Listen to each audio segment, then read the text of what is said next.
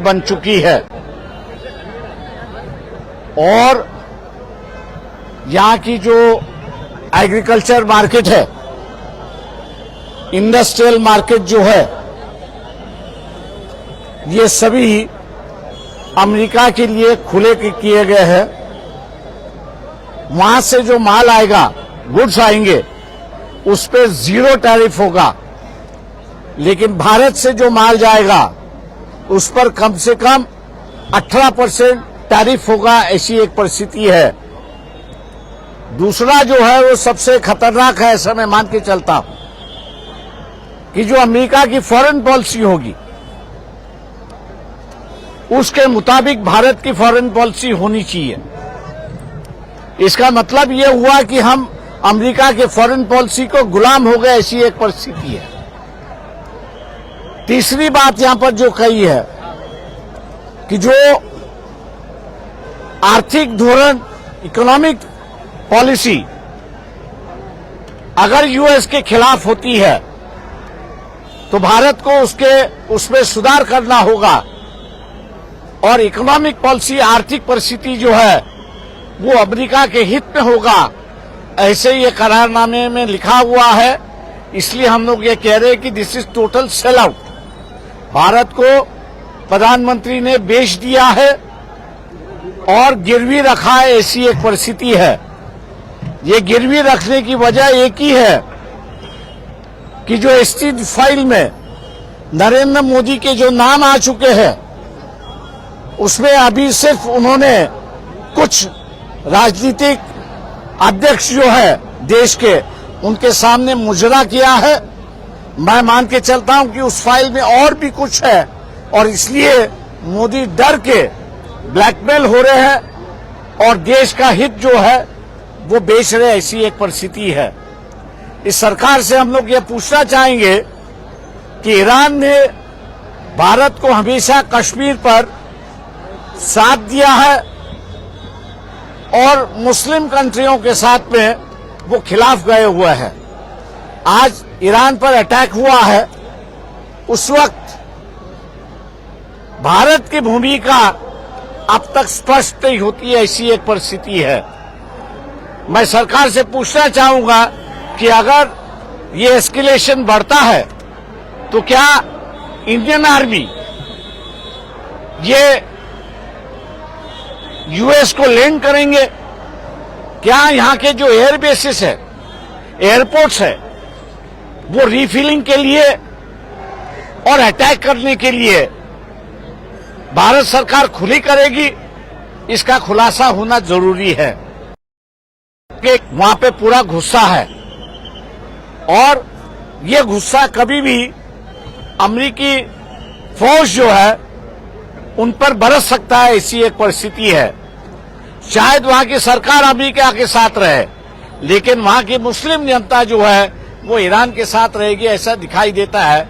ऐसे परिस्थिति में कम से कम 2 करोड़ भारतीय जो है वो मिडिल ईस्ट में नौकरी के माध्यम से, जॉब के माध्यम से वहां पर काम कर रहे हैं और कहीं वहां ये आखिरी विजिट जो नरेंद्र मोदी की इजराइल थी, उसका अगर कहीं गलत अर्थ निकल गया तो भारतीय जो है उनकी भी जान खतरे में है। मेरे ख्याल से इस पे प्रधानमंत्री और उनके कार्यालय ने खुलासा करना चाहिए।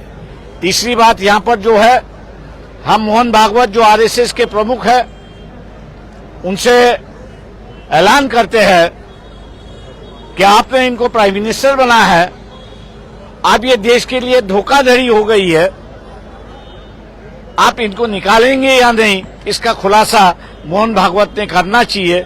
दूसरी बात, अमेरिका के साथ में जो एग्रीमेंट हुआ है उस एग्रीमेंट को वो सही मानते या गलत मानते, इस पर भी उन्होंने अपना बयान देना चाहिए।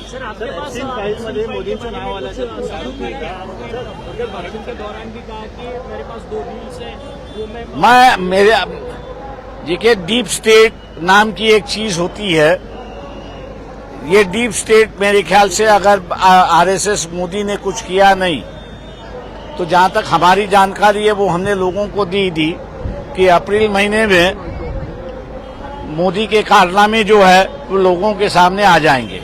Thank you. पर आपने एक भी जिक्र किया कि भारत में भी एक एप्स्टीन हो सकता है, तो भारत यहाँ सवाल ये है कि यहाँ की राजनीतिक दल, यहाँ जितने भी राजनीतिक दल है, इन दलों के नेता अभी तक मेरे ख्याल से इस एग्रीमेंट पे बोल नहीं रहे हैं, वो सिर्फ एग्रीकल्चर पे बोल रहे हैं। तो इसका मतलब मैं मान के चलता हूं कि उनको भी कुछ छुपाना है, और इसलिए मैंने उल्लेख किया कि जैसे इंटरनेशनल जोसेफ एप्स्टीन है, उसी तरह से भारत में भी कोई एप्स्टीन हो सकता है कि जिन राजनीतिक नेताओं को कंट्रोल कर रहा है। फाईलमध्ये देखील मोदींचं नाव असल्याचं तुम्ही आरोप लावलेला होता, तो रील बताना है कि जो बर मी एवढंच सांगतो त्याच्यामध्ये की जे काही डीप स्टेट आहे त्या डीप स्टेटनी अनेक लोकांना असं सांगितलेलं आहे की आरएसएसने मोदींचा राजीनामा घेतला नाही आणि त्यांनी बीजेपी मधल्या कुठल्याही माणसाला पंतप्रधान करावं, ते जर केलं नाही तर ज्यामुळे मोदी ब्लॅकमेल होतात आहेत त्या संदर्भातल्या काही रील्स या बाहेर येतील असं ते सांगतायत। थँक्यू। त्या रील्स तुमच्याकडे आहेत का? तुमच्यापर्यंत अरे माझ्याकडे असते तर मी सोडल्या नसते का? परंतु ज्या पद्धतीनं भाजपा पक्ष एक बहुमत घेऊन सत्तेत आलेला आहे, ते भाजपच्या नेत्यांना आव्हान न देता तुम्ही मोहन भागवत यांनी कारवाई करावी, यांनी मोदींना बाजूला हटवावं असं म्हणतात। हो, कारण का मोदीनं आरएसएसनीच मोदींना पंतप्रधान केलेलं आहे, त्याच्यामुळे हटवण्याची जबाबदारी त्यांचीच आहे। परंतु कारवाई होईल असं वाटतं का? आपण त्यांना बाजूला केलं जाईल असं? पक्ष राहिला आहे, स्वतः राहुल गांधी हे देखील ज्यावेळेस लोकसभेमध्ये बोलायला प्रयत्न करत होते त्यावेळेस त्यांना बोलून देखील दिलेलं नाही ना विरोधी पक्ष नेत्याला। देख मी असं म्हणेन, त्यानं तिथे बोलायला दिलं नाही तर आम्ही इथे निमंत्रण दिलं होतं, लोकांमध्ये बोलायचं होतं त्यांनी। परंतु त्यांनी लोकांमध्ये येऊन जर बोलले तर मोदींना काढा किंवा नका काढू, ऑक्टोबरपर्यंत लोकसभेच्या निवडणुका राहुल गांधी लावू शकतो अशी परिस्थिती आहे। परंतु विरोधी पक्ष उदासीन आहे का रस्त्यावरची लढाई लढण्यामध्ये प्रामुख्याने? आता त्यांनी खुलासा त्यांचा करावा, मी काय सांगू शकत नाही। ते का लढत नाहीयेत, का रस्त्यावरती उतरत नाहीयेत, का आवाज उठवत नाहीये, याचा खुलासा उद्धव ठाकरेंनी करावा, राज ठाकरेंनी करावा, त्याच्याचबरोबर कम्युनिस्ट पार्टीज आहेत त्यांनी करावा, काँग्रेसचे राहुल गांधी आहेत, प्रियंका गांधी आहेत, सोनिया गांधी आहेत, खरगे आहेत, यांनी करावा, स्टॅलिन आहेत त्यांनी करावा, टीएमसीच्या ज्या ममता बॅनर्जी आहेत त्यांनी असं करावं, आणि सगळ्यात मोठं जे आहे ते दोन पार्टीज, एक म्हणजे नितीश कुमार आणि दुसरं असणारे चंद्रबाबू नायडू, यांनी ऍटलिस्ट मोदींना विचारावं की तुझं नाव इथपर्यंतच आहे का, ह्याच्या पुढे पण आहे। भारताचे हवाई अड्डे हे कुठेतरी अमेरिकेच्या ताब्यात देण्यासाठीचं षडयंत्र सुरू आहे असा देखील दावा तुम्ही केलेला आहे। मी दावा नाही केला, मी असं विचारलेलं आहे की उद्या हे जर युद्ध वाढलं तर तुम्ही असणारं भारताचे हवाई अड्डे आणि आर्मी, का त्याच्यामध्ये डिफेन्स हा सुद्धा इश्यू आहे, तर तुम्ही असणारं आर्मी सुद्धा लँड करणार आहात का, आणि एअरपोर्ट जे आहेत ते इराणवरती हल्ला करण्यासाठी तुम्ही ते देणार आहात का, याचा खुलासा गव्हर्नमेंटनी केला पाहिजे। खामेनींच्या मृत्यूबद्दल अजून देखील पंतप्रधान नरेंद्र मोदी यांनी कोणतंच वक्तव्य केलेलं नाही, शोक त्यांच्यासोबत शोकही व्यक्त केलेला नाही। म्हणजे ज्या इराणने एवढी वर्ष भारताला काश्मीर मिळाला पाहिजे, भारताचाच काश्मीर आहे अशी ज्यांनी भूमिका घेतली, त्यांच्या एका खोमिनीसारख्या असणाऱ्या सर्वोच्च नेता हा ज्यावेळेस युद्धामध्ये मारला जातो त्याच्या संदर्भातला शोक संदेश सुद्धा सोशल मीडियावरती म्हणा किंवा इतर कुठल्या मीडियावरती पंतप्रधान देऊ शकत नाही, ही सगळ्यात मोठी शोकांतिका असं मी त्या ठिकाणी म्हणतोय। लेवल ऑफ मुस्लिम हेट्रेड ही किती आहे